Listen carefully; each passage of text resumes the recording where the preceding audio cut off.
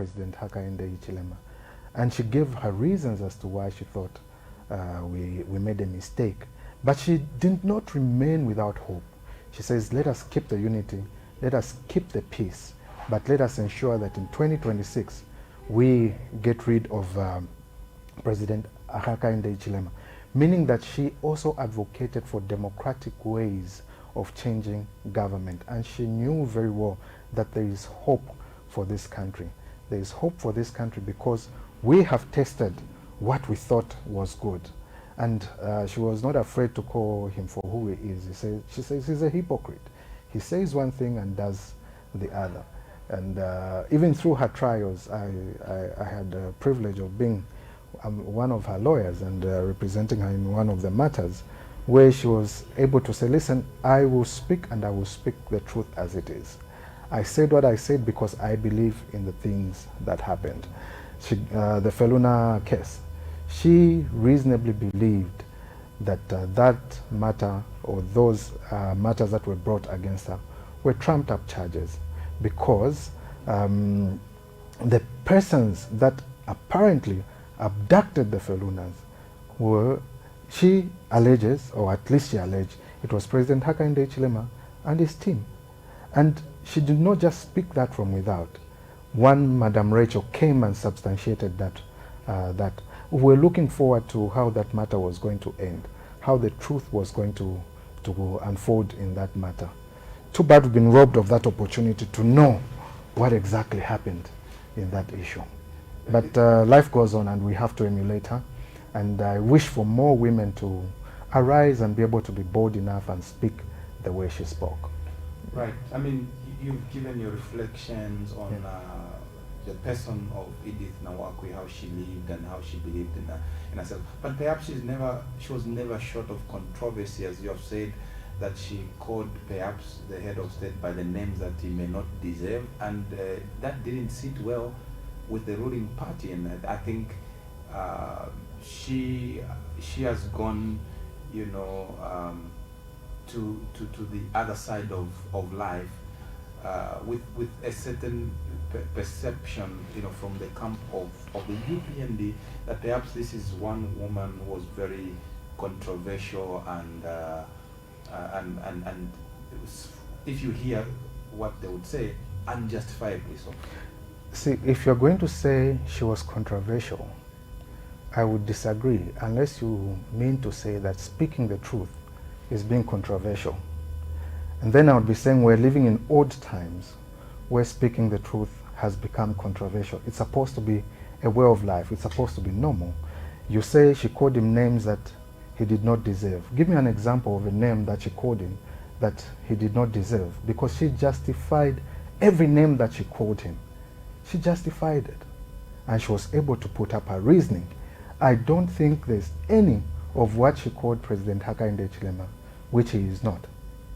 Right. Now, let's perhaps move on from, you know, Madam Edith Nawaki. We may reference her in our discourse because really she'll be put to rest tomorrow, and we'll celebrate her memory. Definitely. As we conversate. I want to bring you to something that may be very close to your heart, and this is your relationship with the former head of state. You don't just have a relationship as he was your boss, but he was your client. So your relationship is multi-dimensional. You know, one of a former boss, one a client. So I think he holds a special place, or you hold a special place, whichever comes first.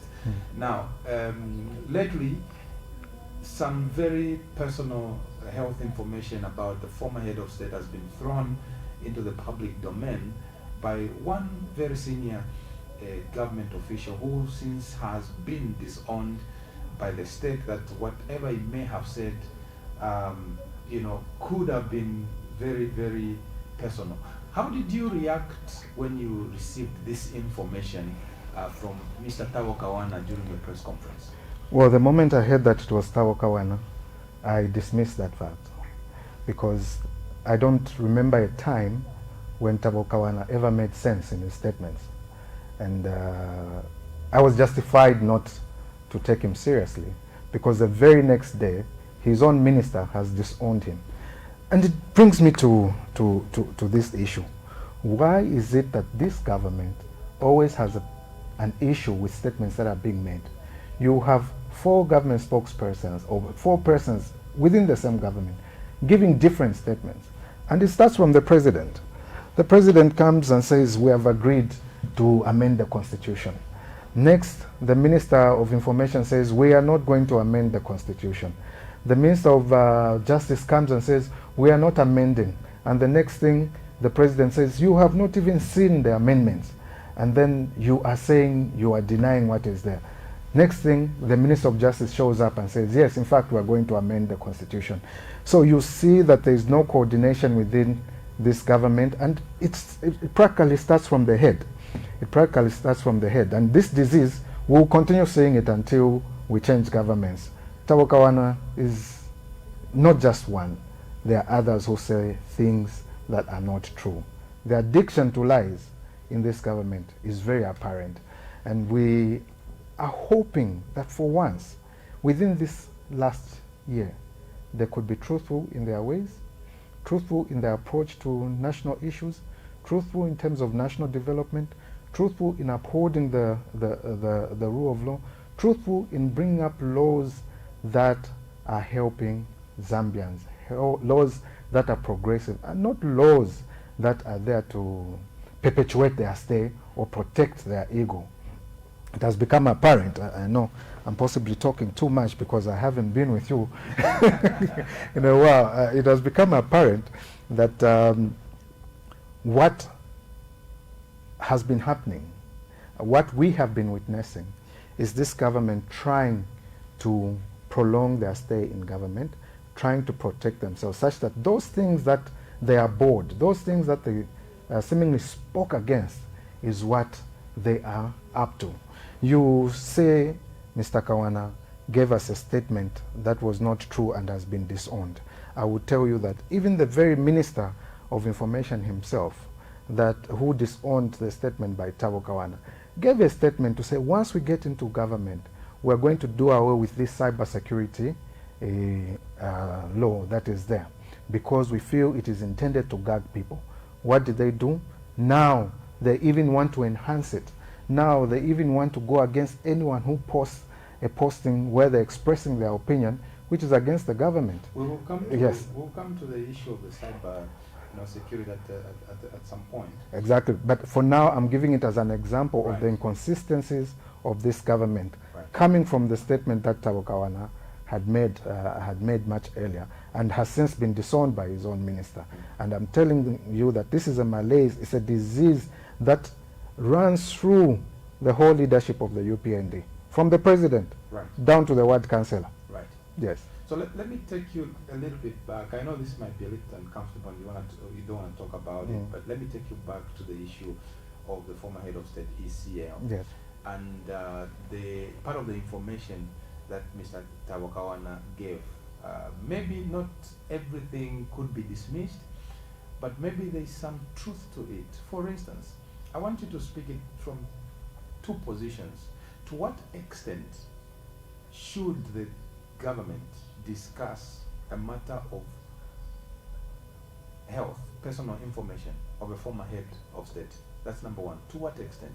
Number 2, I know you have been with ECL in South Africa. To what extent is the government giving support to the former head of state?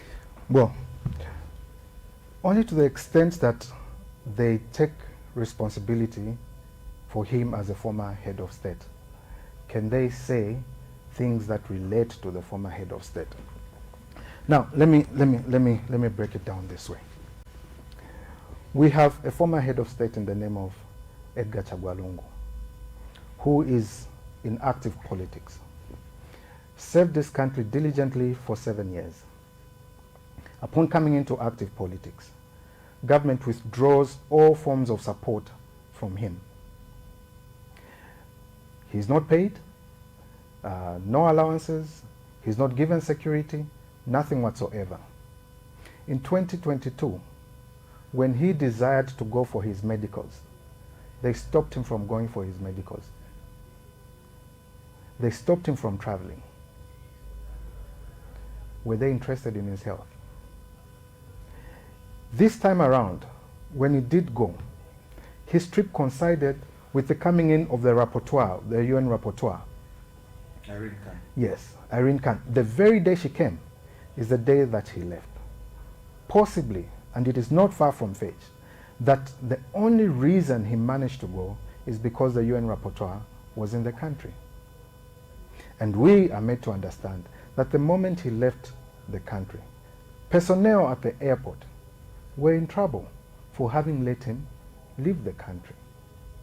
But even when he left the country, the state did not know where he was, which hospital he was at. Even if you ask Tawakawana today to say, okay, very well, which hospital is attending to President Edgar Chagwa, he will not be able to tell you. He will not be able to tell you because he does not know. If you ask him where Madame Nawaki was, he will tell you. If you ask him where Madame Vera Chilva is, he will tell you. But as regards where President Edgar Chagwa is, he won't tell you. He won't tell you because they have looked at him as political competitor that is threatening their stay in power. The vice president, all the vice presidents in Zambia are being paid today. President Nevas Mumba of MMD, who was former vice president, gets an allowance. Madam Inonge Wina gets an allowance. Kavindele gets an allowance. All the living former vice presidents are getting allowances. Perhaps only Dr. Mumba is still active in politics. The other two, they are not active. Yes, they are not active, but there is no law that provides for them to get allowances. You choose to deny a former president who should ordinarily be getting the support of the government, even assuming that it is okay to deny him all the other benefits as regards getting a salary or indeed allowances because he's in active politics. Shouldn't his medicals be taken care of? Those have not been taken care of. How can they Government take care is of not them taking when care. they don't know where he is? How can they know where he is when they are not interested in taking care of him? It comes back to them. So if they were interested in the health of President Edgar Chagwa Lungu, they would have been interested right from the start. They would not have stopped him from traveling for his medicals. They would be right now knowing which facility they are taking him to. How much have they set aside for his health, without going into the details of what his condition may necessarily be. So I will be disinclined to discuss the health, the personal health of the former head of state, to the extent that in any event, the government itself knows what the position is. The minister did come in parliament and said, you cannot or we will not discuss the personal health of the former president. What happened when people were wondering whether President Hakainde Hichilema was sick or not? The time there was allegations that he was in Mainasoko, heads rolled. People were threatened with arrest because they were discussing the health of the head of state, which ordinarily they're entitled to know. President Edgar Chagwa Lungu was not ashamed to tell the nation to say, listen, I am unwell and I am taking leave for my health to be attended to. He was never afraid. But this one thinks he's God, and when he's sick, no one should talk about his sickness. Like, it's an offense to talk about the president's sickness. There was a rumor that he has died, and you could see that Facebook was awake, and indeed the internet almost burst, where people were speculating as to whether he was alive or not. Some celebrating, some of course. But of course that, yes, that was wrong. Exactly, for of course. To assume that. That's exactly what I'm saying. That some celebrating and others expressing the what? How can I put it? Displeasure. Yeah, displeasure, as it were, against those that were expressing happiness, and others genuinely concerned about his health. So it should not be seen to seem like being sick is a taboo. It's wrong. We all get sick, and when we do get sick, let it be the person that is sick, be the person to say, listen, this is my state, and I'm undergoing this, and this is this is how I would want us to go from this point onwards. Right. And like the cantankerous manner in which Kawana decided to go about this issue, that was uncalled for. I know, Council, yes. we have a lot of issues that we yes. need to talk about within the very limited space of time. Yes, please.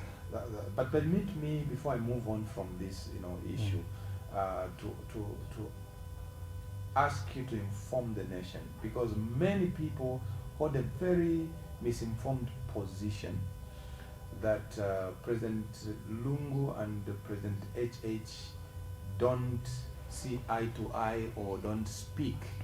Now we've been made to understand, actually, they speak as brothers, they are very close, and they check up on each other.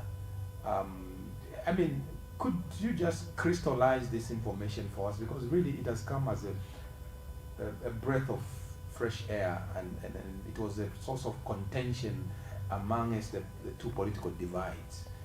What's your reflection and what's your confirmation on this very interesting piece of information? In all honesty, Pastor, it would be great if President Hakainde Hichilema and President Edgar Chagwa Lungu would talk. It would be great. It would be great? It would be great. It would be great because President Hakainde Hichilema would have an opportunity to ask President Lungu, how did you deal with the drought issues that were there? How did you deal with the shortage of food? How did you deal with the issues of electricity and load shedding? How did you deal with all these issues? How did you deal with the issue of debt? How did you deal with the cost of living? How did you manage these things? Now, I will tell you that the trajectory that our economy is taking, the trajectory that our agricultural sector is taking, the trajectory that the development of our infrastructure is taking, simply speaks to the fact that they are not talking. Because in light of governance, President Hakainde Hichilema is a novice. He's simply learning how to govern. The way he assumed would be the way to govern, he should have found out by now that that is not the way things go.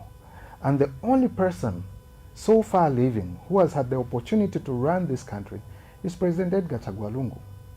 And President Edgar Chagwa Lungu has always been available. If I was President Hakainde Hichilema, instead of sending the police to go and grind his gate, I would go privately, knock on his gate and say, President TCL, let's drink tea. How did you sort out this issue? It would be President Edgar Chagwa Lungu who would be telling the Patriotic Front, or indeed the opposition, say, listen, this guy may be leading us somewhere. Let us be able to talk to him and guide him, because he is genuine when it comes to issues to do with the economy, when it comes to issues to do with agriculture, rule of law. He is genuine in that regard. But that is not happening. That is not happening. So the long and short. Are you telling the Zambian the long people and that short. Mr. Kawana lied, that President Lungu and President Hichilema do speak? You are saying he was lying? Kawana lied when he said that. But as a matter of fact, his own minister has disowned him. And his own minister has not stated which part of the statement he has disowned, meaning that the whole statement has since been disowned. They don't talk. They don't talk. They just don't talk. It would be good if President Hakainde Hichilema would come down from his high horse and say, my brother, how did you run this country? Then things could possibly have been different. Right. Yes. Well, let's move on. Zambia is a nation of issues, and we have one topical issue that has to do with the constitutional amendment. You are a constitutional lawyer, and I would like to hear, and perhaps not just me, the Zambian people, would like to hear your sentiments around the current proposed amendment, clauses, 13 of them, yes, by the government, and currently there is, an encouragement for the public to discuss these things, because government would like to gather consensus and the Ministry of Justice has given out the roadmap, and this is something that is very topical at the moment. I'd like for you to just give your reflection on what has been proposed to be addressed in the constitutional amendments. The Minister of Justice has not given a roadmap. The Minister of Justice has simply told us what the intention of government is, whether we like it or not. That is what they have done. As a matter of fact, this is not the point at which you give a roadmap. I was an ardent advocate for Bill 10. I appeared on different fora to discuss Bill 10. And from the time we started constitutional amendments in this country, it has never been done in the manner that the UPND are suggesting it should be done. The very things that they spoke against in Bill 10 are the very things that they want to bring in. It is for that reason that I'm saying that Madam Nawaki was able to call President Hakainde Hichilema for who he is, a hypocrite. And this whole constitutional amendment debacle exposes that part of the leadership of UPND, the hypocrisy in UPND. It was President Hakainde Hichilema who says, do not touch Article 52. This article that talks about resignation of a person before the election, do not touch it. Even if it is going to take us forever to get to a person that we want, so be it. That was his argument. He was being interviewed by Costa, and he said it plainly that he was not in favor of the amendment of Article 52. What has happened today? What has changed? What has changed? Hypocrisy of the highest order. It was him who said, do not do this delimitation exercise. He even quoted scripture saying, no, don't move the boundary stones that were set by our forefathers. It is sin, he said. Now he has decided to be a chief sinner to advocate for the delimitation. As a matter of fact, in his naivety, controversially so, Jack Mwimbo was on set saying we can change or put delimitation, or we can delimitate the constituencies without touching the constitution. We've done it before. I watched that debate in Parliament. I went through it again. I watched his interview to say, is he sure you can do the delimitation without amending the constitution, which sets a specific number of 156? Now, I wanted him to show us magic as to how it would be done, because he said it could be done without amending the constitution. As regards all the 13 amendments that they wish to make, what is so draconian of them all is a desire for the president to move that number of 8 nominations that ought to be made from the constitution, put it in subsidiary legislation, where he can decide to wake up today and say, okay, I'm going to nominate 50 members of parliament. Who's going to stop him? Why does he move it away from the constitution? Why doesn't he want it to be in the constitution? Also, not to stop you, yeah, but I hosted the permanent secretary, Mr. Tabo Kawana, not too long ago on State of the Nation. He said, it is not true that the president would like to have unlimited number of nominations. He, according to Mr. Kawana, the government holds a view that there is a provision for 5% incremental numbers. 156 members of parliament, 8 is 5% of that. And they're suggesting that whatever number the limitation process is going to give us, 5% of that will be the incremental value to the nominated members of parliament. Are you sure you want to quote Tawakwana as an authority? He's a government spokesman. He is a government spokesperson, and the official government has disowned him. I mean, no, but they haven't taken away his position. The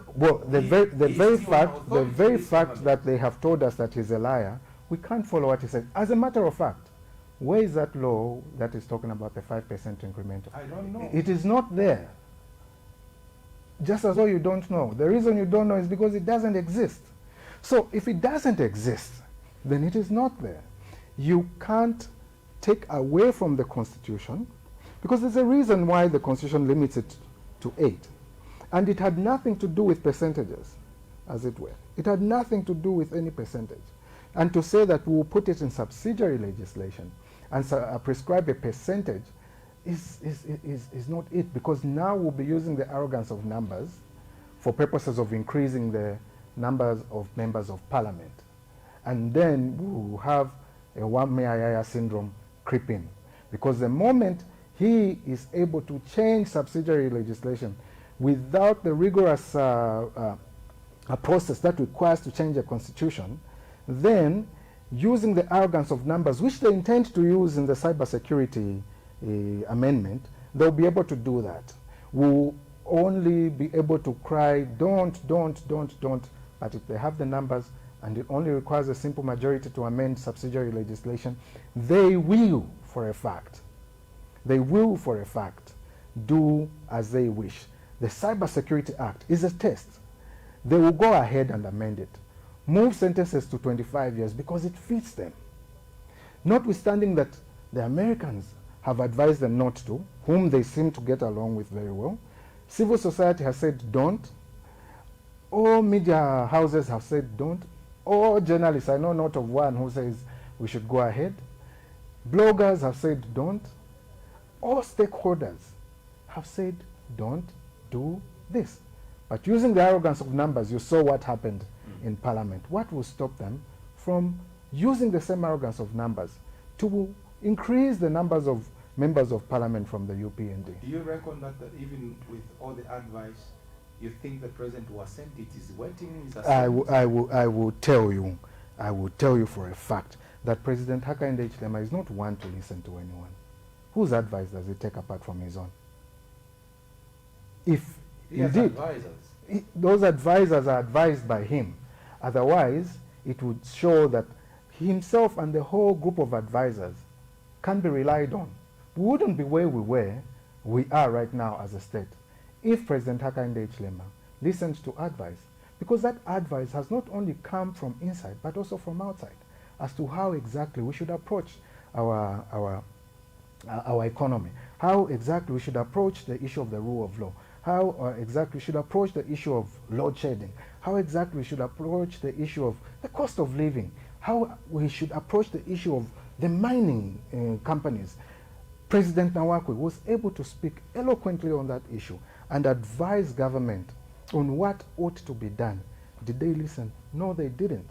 Even when they were selling Mopani, they called it not a sale, and their justification for calling it not a sale. But everybody knows it's a sale. But one day the chickens will come home to roost. You said you were an ardent proponent of Bill 10. Yes. When you mirror it against the proposed changes, 13 of those, what do you think are some of the marked differences that you think Bill 10 stands superior to what is being proposed? Firstly, we had the National Dialogue Forum. First, there was a call for submissions, and there were about 700 submissions that were made countrywide. All those that made those submissions were invited. We enacted the National Dialogue Forum where people were able to sit and debate the content of the Constitution and the manner in which it was going to be adopted. The desire that Cabinet should not be the ones to determine what should go in there, but what the National Dialogue Forum was going to discuss is what was going to go into Bill 10, and as it was going to go straight into Parliament. What have they told us now? They've told us they're going to give a report for delimitation, a day, then thereafter there will be consideration, and then they will put it in the government gazette 1 month for people to make submissions. We're just fulfilling the rigmarole of what exactly they intend to achieve. There has been no process for building consensus, and they're calling that 1 month for publishing it in the gazette as building consensus. That's not how you build consensus. You build consensus before you publish it in the government gazette a month before it is introduced into parliament, meaning that at that time you will have said, this is what the people have said they want. At this time they want to tell us what they want, then in the process we start making submissions. No. It ought not to be the case. We have to go in a very holistic manner, get views of the people, set up a framework that is workable, a legal one for that matter, not a pronouncement from the Minister of Justice or indeed the President, especially that everything that they're advocating for are things that they said they didn't want to grace the Constitution. What is good now? The very example that is said, just because you put sugar in poison doesn't make it any better. It doesn't make it any better. It doesn't make it not poisonous anymore. And this time around they are saying, I want to be able to nominate the members of parliament that I desire. I'm asking you, one last question on this constitution making process. I just want the director to be ready with an ad, because as a media house, we have realized that this is such a topical issue. It's a matter of great national importance, and the consensus needs to be built on it. We must hear from both sides of those who are saying this is good for us to do.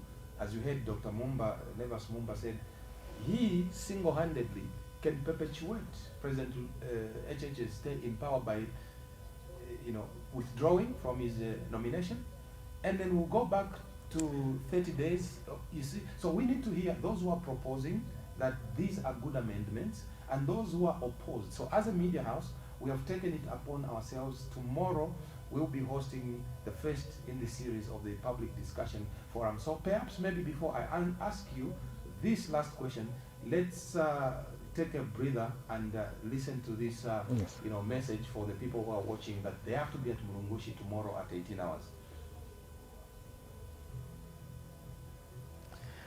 It's a good breather.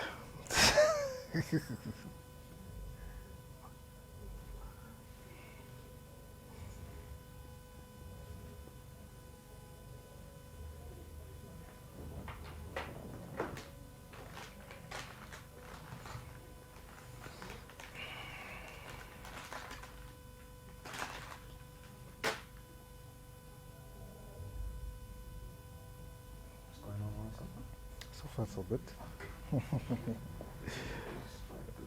Yeah, it would be good to address that issue. The issue of President.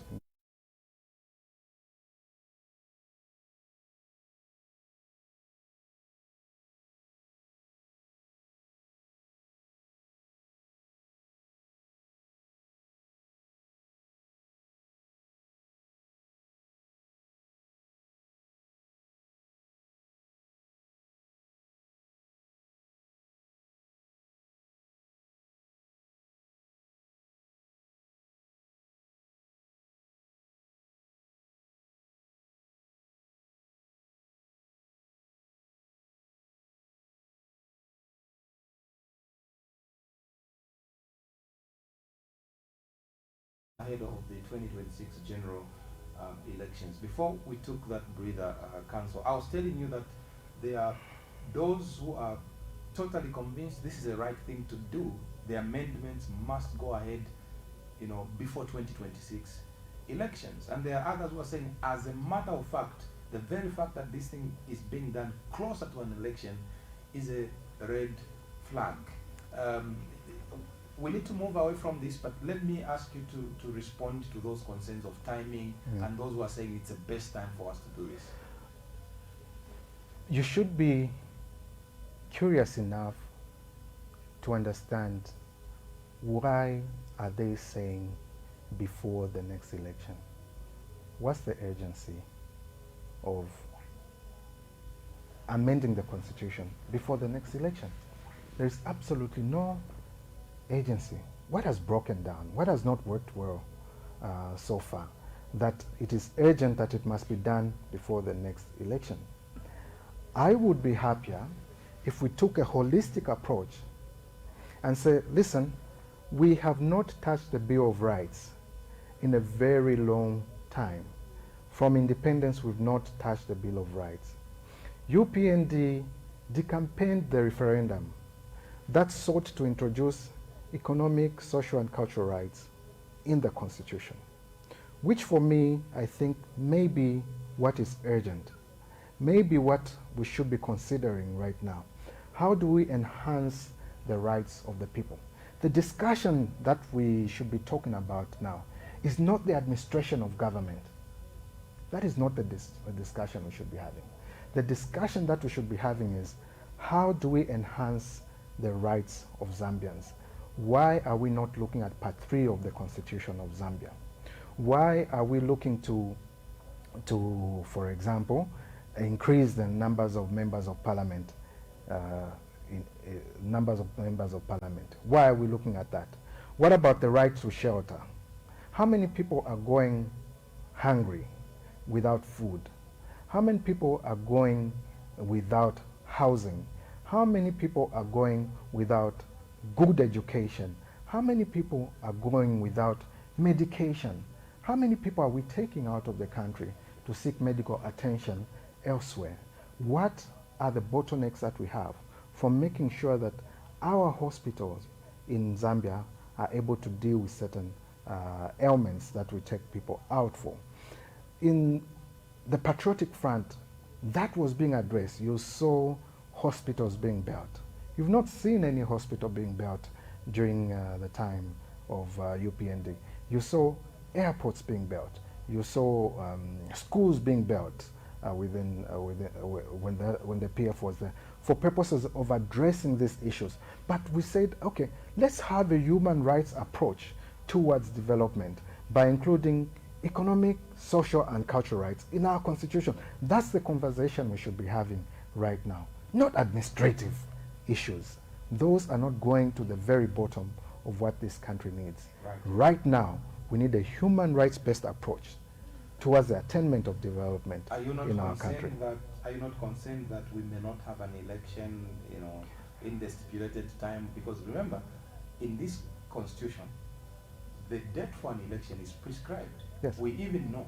Yes. Not the way it used to be. The president must, prescribe which date. This time is very predictable. But Dr. Nemas Momba, as an opposition political party figure, has said, wait a minute, that's why we need to amend this constitution. It's a dangerous clause. I, for one, as Nemas Momba, will make sure that I nominate I tender in my nomination, I withdraw, just so that we tell you and show you that this is a bad clause. See, I think Dr. Momba was being mischievous when he made that statement. Let's look at what was the intention of putting that clause there, the 30-day clause. What was the intention of putting it there? See, with the nature of corruption that we're seeing in the UPND, it is possible, for example, in Kawambwa, where they purportedly abducted a councillor who stood on Tonse Alliance ticket, hid him somewhere, and the next thing he shows up, he says, I do not want to stand. The effect of that is that there has to be a cancellation. The framers of our constitution foresaw that there would be corrupt individuals, such as the UPND, that may approach a member of another party, induce them to withdraw from the election so that they gain unfair advantage. So that 30-day issue is intended to protect our democracy.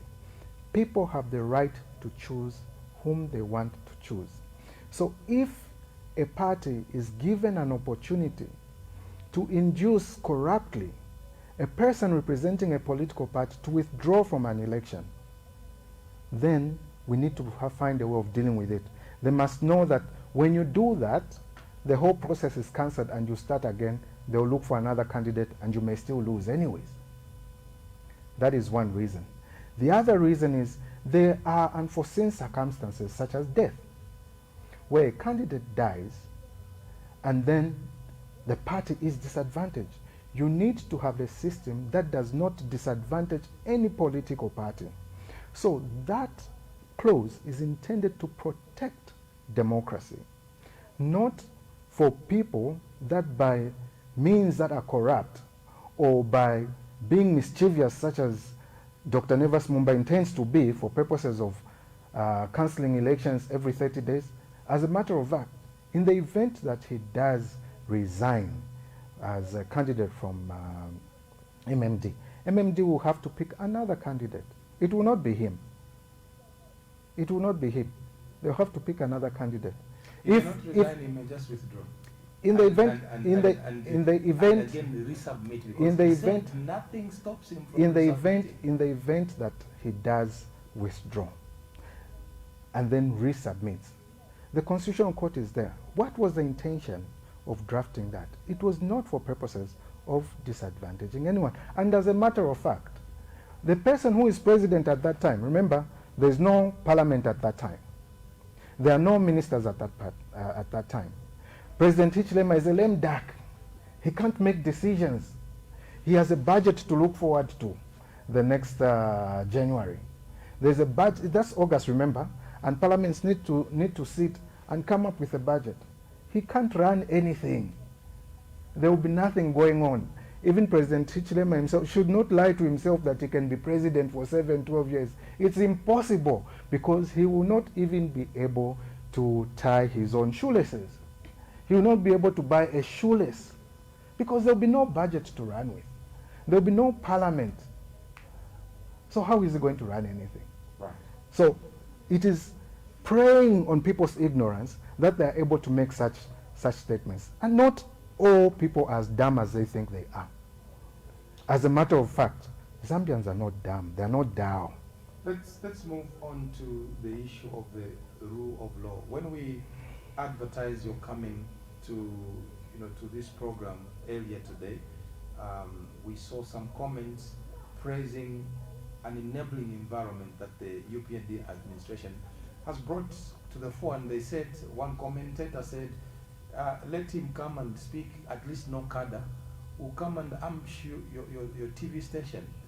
The president has created an enabling environment.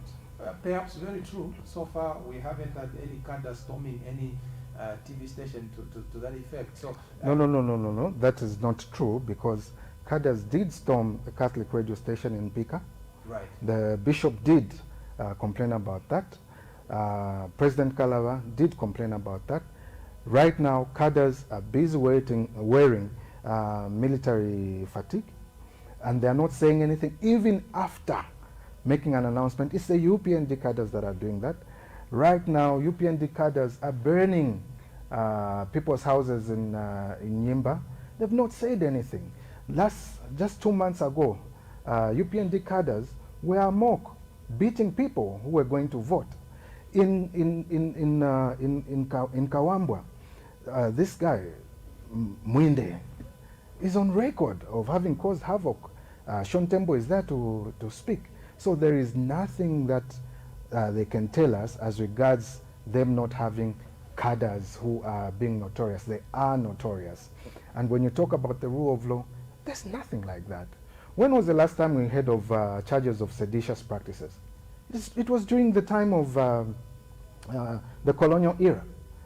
This time around, every person who opens their mouth to speak is charged with sedition. President Nawaki has gone to her grave with a charge of sedition on her head. Brebna Changala is going to court for seditious practices. Nakachinda, Munia has been convicted for supposed defamation and is appearing for seditious practices. Mabonga is appearing for seditious practices. Only one set of people is appearing for seditious practices. You will see that there has been a breakdown of the rule of law, in that they only pick a selected number of people from a particular party and possibly region and take them to court. You create a court called Financial and Economic Crimes Court, and you only take certain people to that court.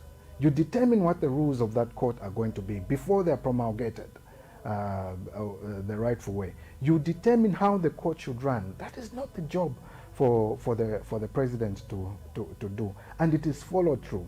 and you see that this court is now dealing with people. You have judgments that are coming where a senior court says you can't do this. A junior court says, the senior court is wrong, we can do this. How can a junior court say that the senior court is wrong and go their own way?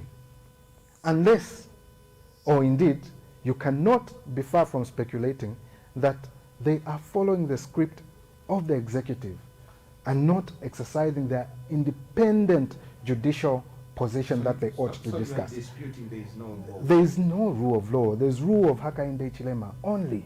Because the very things that is said should not be are the ones that are right now. Cybersecurity bill is a very perfect example of things that is spoke against. They said the first thing they were going to do is repeal the bill. What have they done? They've enhanced it. Only things that secure his interests are things that are coming into law and being enhanced. Look at this law that has to do with livestock, theft of livestock. You can't, by yourself, with an interest in livestock, go and propagate a law that makes it non-bailable. Just recently, we had women that were marching saying, listen, we have so many cases of rape. We have so many cases of defilement. Let us make this non-bailable. Let us make this non-bondable.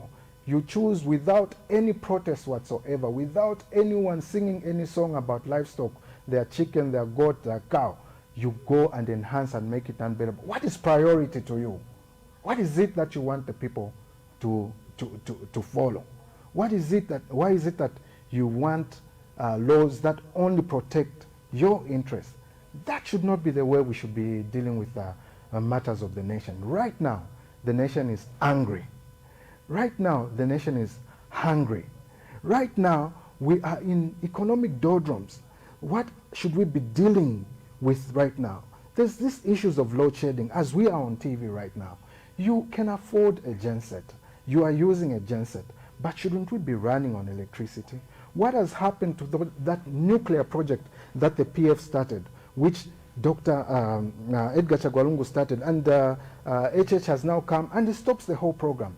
We trained about 100 nuclear scientists as PF, ready to run with this project so that we can be using nuclear energy to power our homes, to power our industry. Nuclear scientists as PF, ready to run with this project so that we can be using nuclear energy to power our homes, to power our industry. He gave an example of Dubai, saying no drop of rain falls in Dubai, and yet they have electricity all year round. Now he came, he had drops of rain, good amounts of rainfall, and he cried and says, let us pray for rains. The same way we used to pray for the rains and was not able to do. We had an answer for that, and that was nuclear energy. And nuclear energy is what Dubai is doing.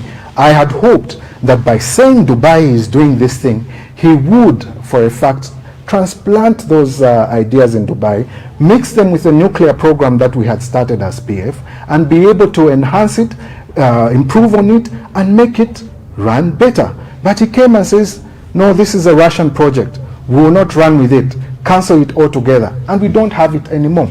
The over 100 students that graduated from Russia, where are they now? They are being used by other countries that think it is important to run industry on nuclear energy, to run our homes on nuclear energy, to run everything to do with the economy on energy, because essentially running the economy and improving the economy is about energy. That's what it is, and that's what it should be. Right. Yeah.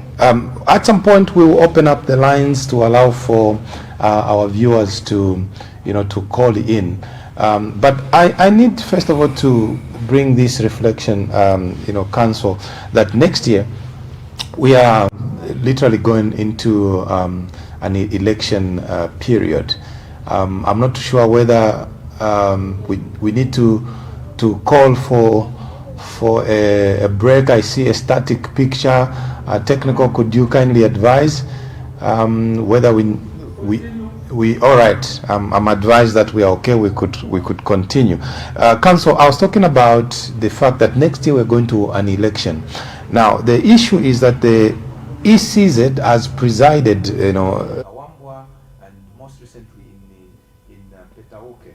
So a lot of stakeholders have raised concerns about ECZ's ability to be an impartial, referee in that sense, because the chairperson, Ms. Mwangala Zalomes, is on record to have said that the vote buying and whatever happened in, say, Petauke was something that was done pretty much by both sides, of the parties that were participating. In fact, she said violence and voter buying were mutual by all participating parties.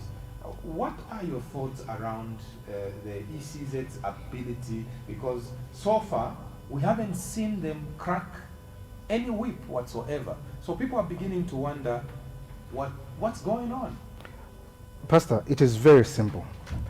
The moment Zalomis said the issue of vote buying was mutual, then she announced to all of us to say, I am incompetent.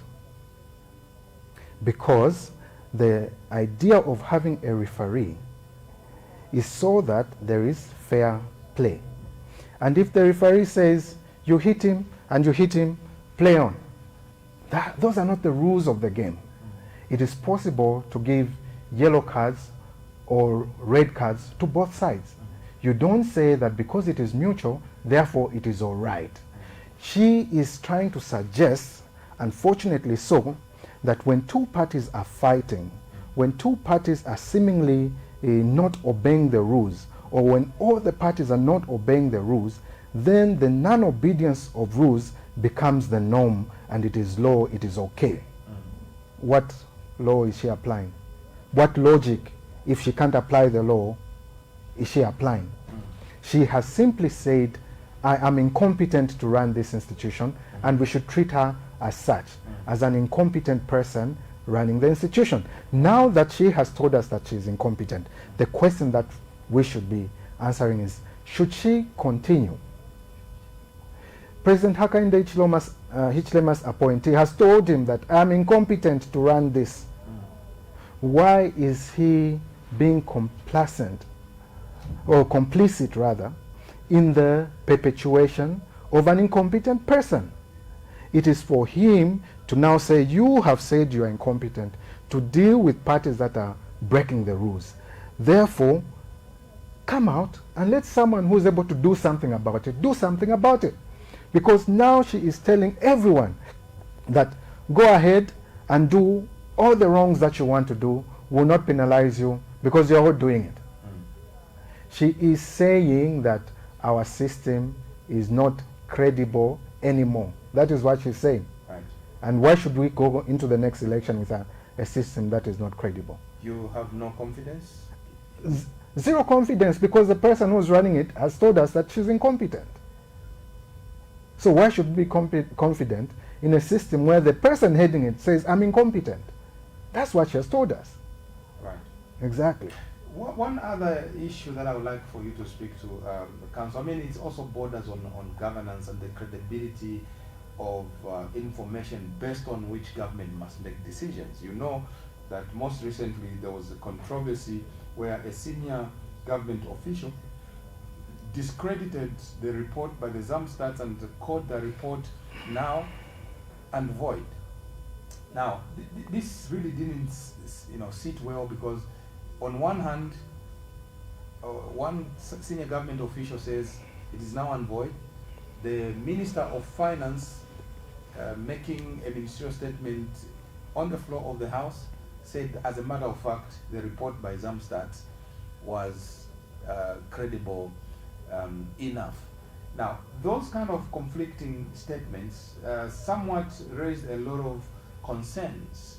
I mean, you are a stakeholder in this matter, and you know for a fact that decisions from a national planning perspective are based on the census report. Yes.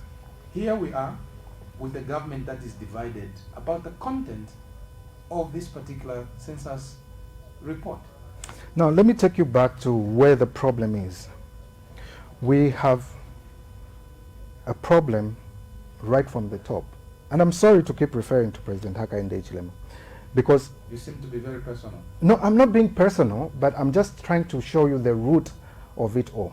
It was President Hakainde Hichilema who told us that he does not like the systems of government where there is seemingly bureaucracy.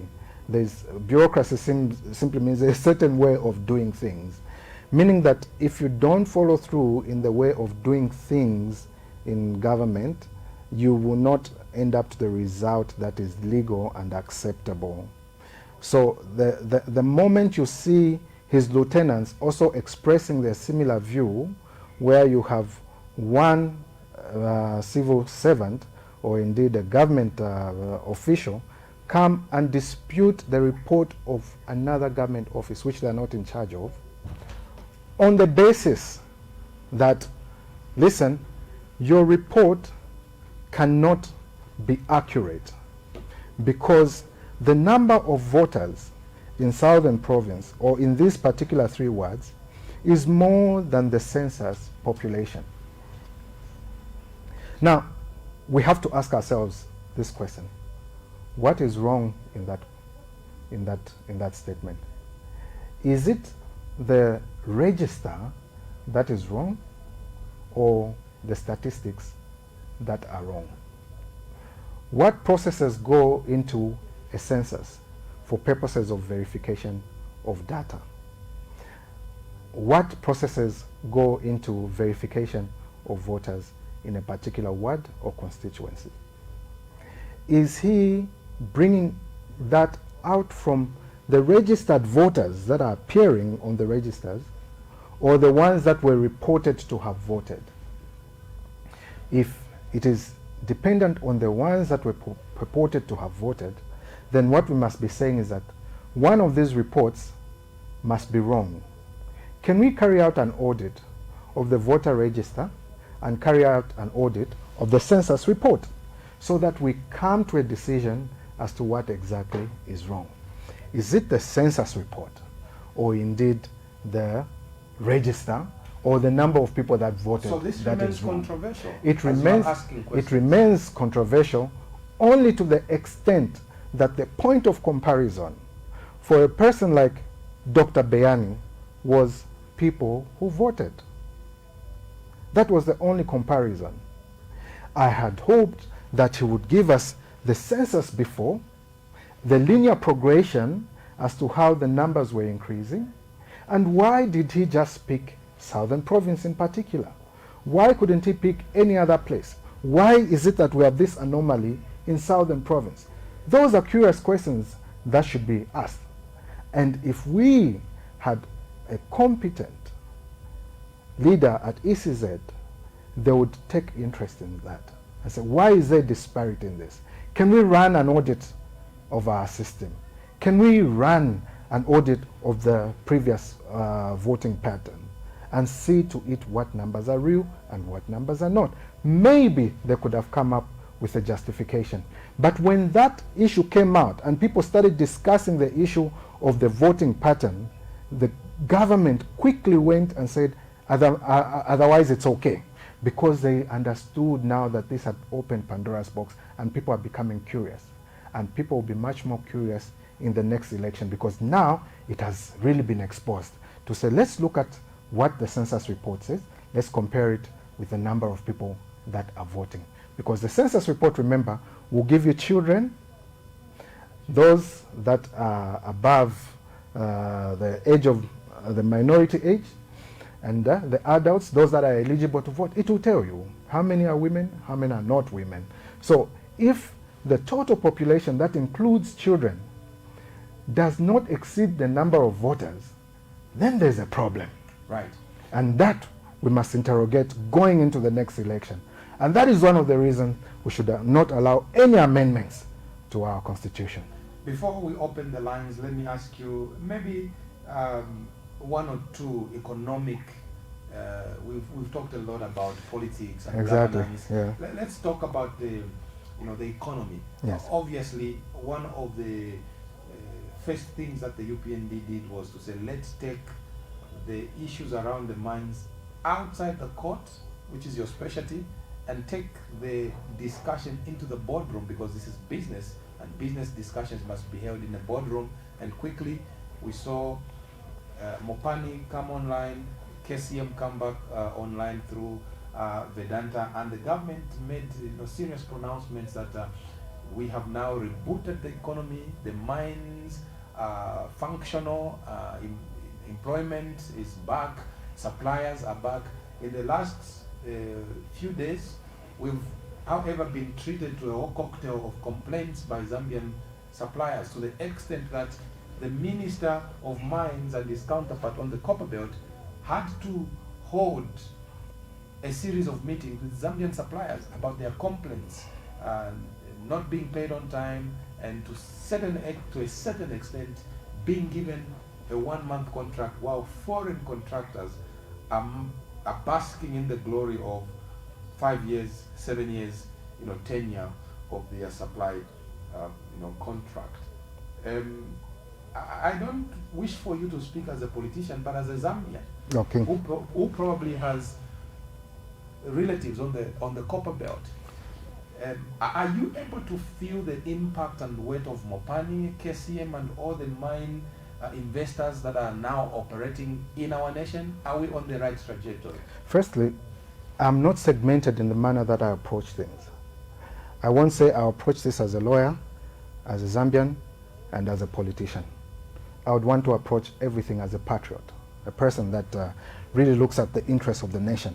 Firstly, I don't doubt that President Hakainde Hichilema is an economist, but I doubt his ability to apply the knowledge that he learned in school to the actual economy.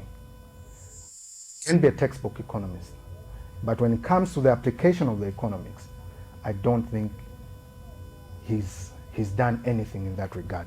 For an example, the mining sector. We used to collect in mineral royalty taxes at least $1 billion every year in PF. The first thing he does when he comes in is say, this mineral royalty tax is deductible, meaning that it is not something that government collects for the benefit of the economy. It is something that government borrows from a mining firm, and that mining firm will be able to deduct from other taxes that they are liable to pay. That was the first mistake. Because soon after they did that, you saw that the copper prices went up, and by this time we should at least have been gaining at least $3 billion every year from the mines. Are we getting that? No, we are not. And because of that, there is nothing that is going to support the kwacha. And that is why his 14 hours has not yet come.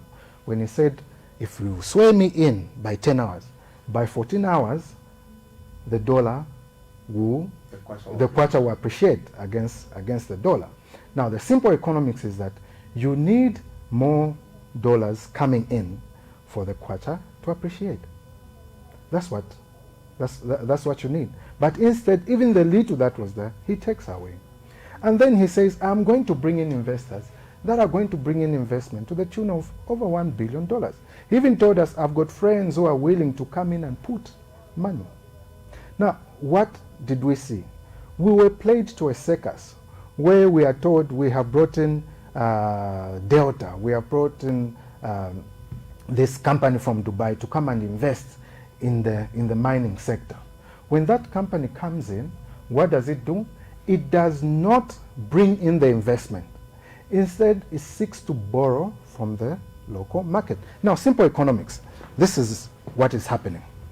President Hakainde Hichilema promising us a good economy, meaning that the banks should be able to have faith in us Zambians and be able to lend us money to run business because of the environment that President Hakainde Hichilema has created. But what does he do? He tells us this investor is coming with money. This investor doesn't come with money, goes to the banks where we are supposed to go and borrow, and they decide to start borrowing from our banks. Our banks will now sit and say, okay, should we lend to that one who has a cantemba, or this one who has a mine. We choose to lend to that one who has a mine. But if this person who has a Kantemba wants to borrow from us, you have to pay more interest, because we are losing business from this mining conglomerate that has come in and wants to borrow from us. Meaning that you are strangling the economy all the more. Because this person that has come in, you have made us believe is going to come with money and be able to put this money in our banks. Our banks will have enough to lend out to the Zambians. That is not happening. It's a hoax. This whole Mopani issue, the KCM issue, is a hoax. President Hakainde Hichilema told us, who has said that we are giving Vedanta KCM? Who has said that? We are not going to give Vedanta back to KCM back to Vedanta. We won't do that. That was a press briefing. Then he goes into Parliament and says, I am proud to announce that Vedanta is taking over KCM. What sort of hypocrisy is that? The same hypocrisy that Nawaki has been preaching about was exhibited in that statement. He has not told us what has changed about Vedanta to deserve being given back the mines. We were fated to this Fimba Opoke guy who was praising, saying Daddy Chololo at the Mopani, indeed handle, the time Mopani was being opened. And now he's crying the loudest and saying there's interference from State House, there's interference from your aides in this whole thing. Mopani has done nothing. People are crying on the copper belt. Now tell me one person. But State House has said it's not true, because those are just allegations. No single person has been named or linked to interference. See, even when people were named, all President Hakainde Hichilema was able to say is that, no, this person was seen coming out with a bag. I called him. I asked him what it was. He said it was calendars. What can I do? He knows what to do. Who has investigated? Has he called DEC to investigate? Does he have the power to investigate himself?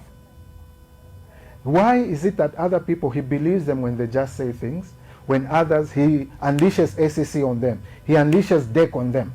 These are matters of national interest.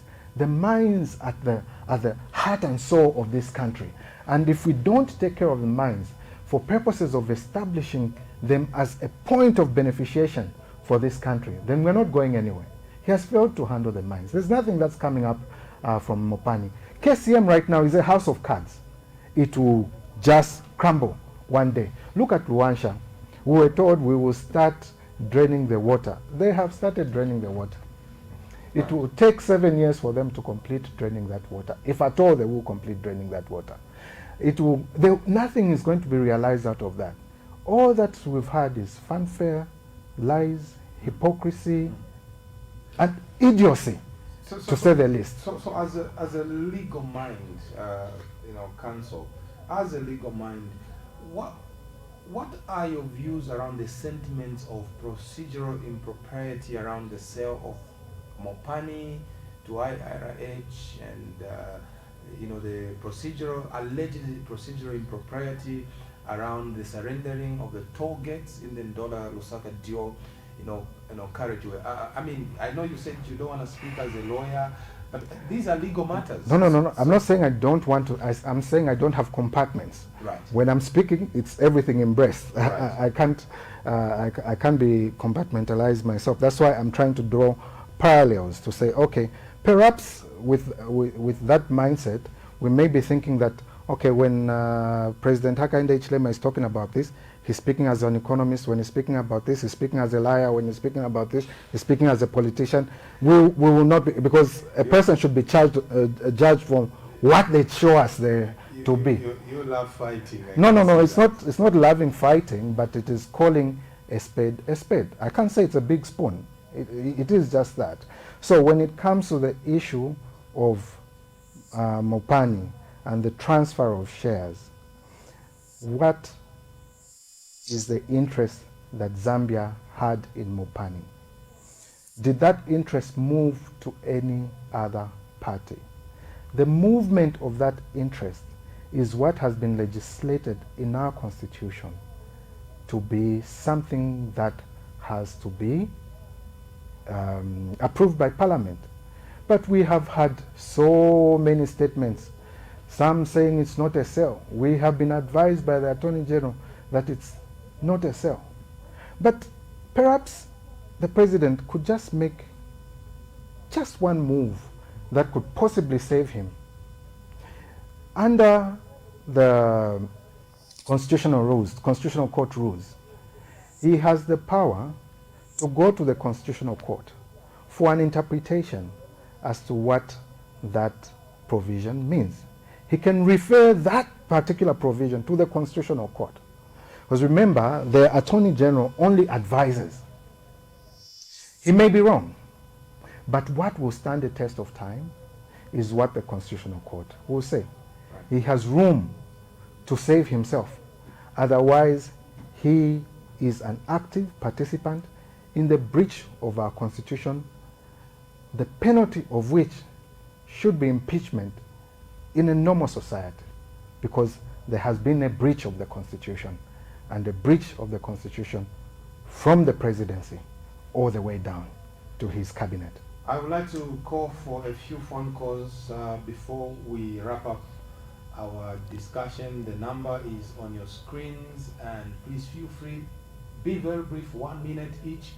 Let us know your name and where you're calling us from, and please be brief to the point. As we wait for the first caller, Council, I mean, you've discussed all of these about the UPND, you have labeled authorities this and that. Next year is an election. Obviously, you hold an opinion about their potential to retain power after August 20. That next year is an election. Obviously, you hold an opinion about their potential to retain power after August 2026. I have my opinion, and my opinion is that it would be naive for this government to think that the next election is theirs, merely basing it on the fact that they think that the opposition is disorganized. Because the opposition is not disorganized whatsoever. Why do I say the opposition is not disorganized? The opposition is not disorganized because UPND being in power is not because people were voting for UPND. People were voting against PF. Now, the signs of people voting against PF could only be seen perhaps in the last few months before the election. But this is too early on, and people are saying anything else but this. Anything else but this. It's for that reason that they are calling for a united opposition. They're saying, come together and look at what we have gone through. We do not want a repeat of this. And Nawaki put it subtly when she said, listen, we made a mistake. Let us not resort to things like violence or unconstitutional ways of doing it. We have an opportunity to change government in 2026. Let us do so. And that is my call today. We have an opportunity to change. Let us list all the things that they have done and weigh them against their promises. We will find that what they promised, there's nothing that has been fulfilled. When you talk about things that they have achieved so far from what they promised, they'll tell you NAPSA. But in the village, people are unemployed. Who has benefited from NAPSA? They'll talk about CDF. And just recently, we're being told CDF money is submitted there and nothing is being done. It is only being used as a conduit for corruption. Should we continue in that manner? Should everything that they said they would do and have not done be in their favor? Certainly not. Right now, let us put our house in order. And maybe, just maybe, we may do the right thing in 2026 and have a better person lead this country. Talking about, that's my last question to you. Talking about opposition putting your house in order. I hear you are saying it's too early on to determine. I feel that is a little bit of a deception. You are deceiving yourselves that you still have time to unite, because the Zambian people want to know. If you are saying potentially there could be change of government, when UPND were in opposition, people knew it is HH is the most visible, opposition figure. You can't say the same thing about the opposition today. There is not a single person who is standing out in the manner that HH stood out. So you are not giving the Zambian voters any opportunity or any hope whatsoever as opposition. If I was to go with your argument, I would tell you that Chiluba would not have won the election in 1991. If I was to go with your argument, I would tell you that Edgar Chagwalungu would not have won the election in 2015. How much time did he have before that? And right now, the state of the opposition is not because of the doing of the opposition, but a mischievousness of this government. Look at how they sponsored that Mao Sampa issue that went on. Look at what has gone on in the courts, the injustice that has been happening to the PF. And today you hear a PS who was at the center of manipulation of the PF register, saying that we're waiting for them to settle their issues. No, you're not waiting. You are hoping they never settle their issues. But PF is not like that.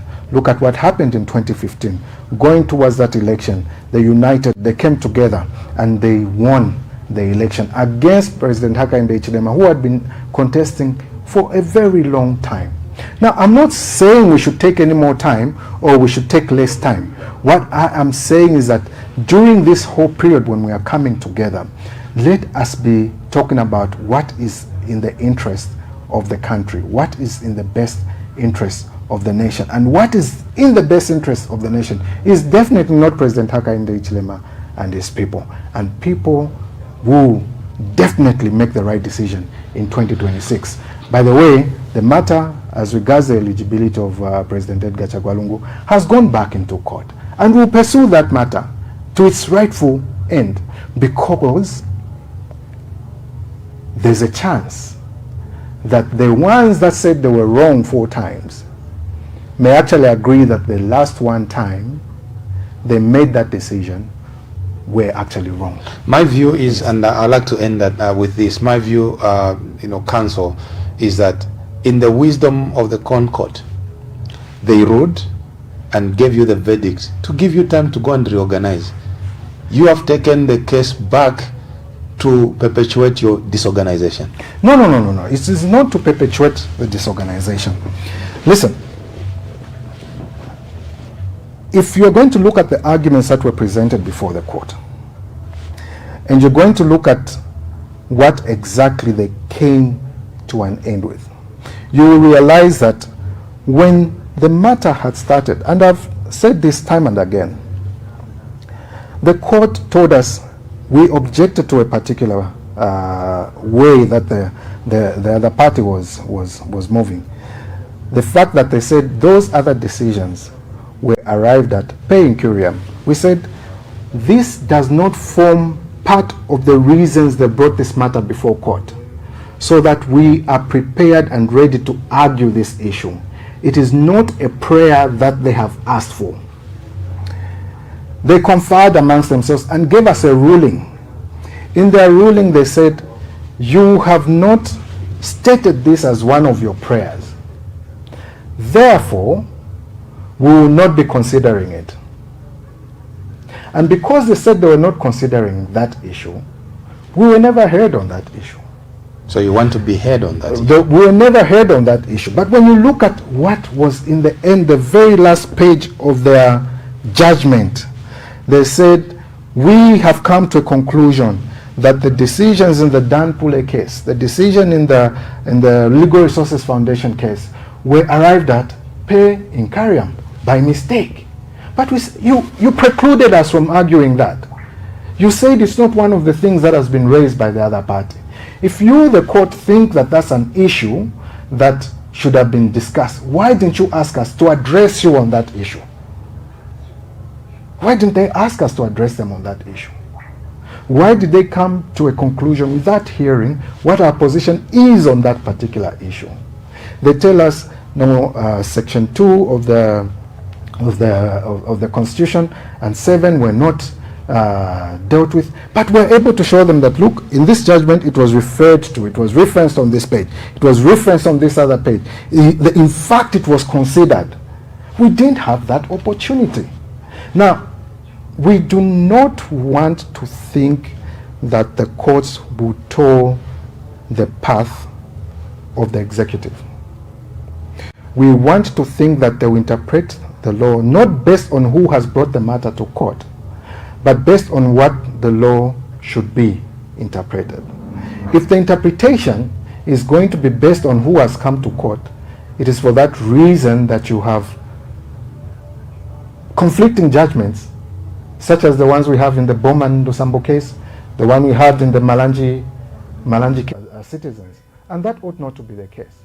Right. And would want our judiciary to be respected as a beacon of justice and a beacon of hope for the Zambians, where they can run to and not resort to other means to get what they think is justly theirs. Counsel Makebi Zulu has been my guest on State of the Nation tonight, and we've been looking at Zambia's governance ahead of the 2026 general elections. Thank you very much for watching. Until next time, the Lord keep you and bless you. Shalom, shalom.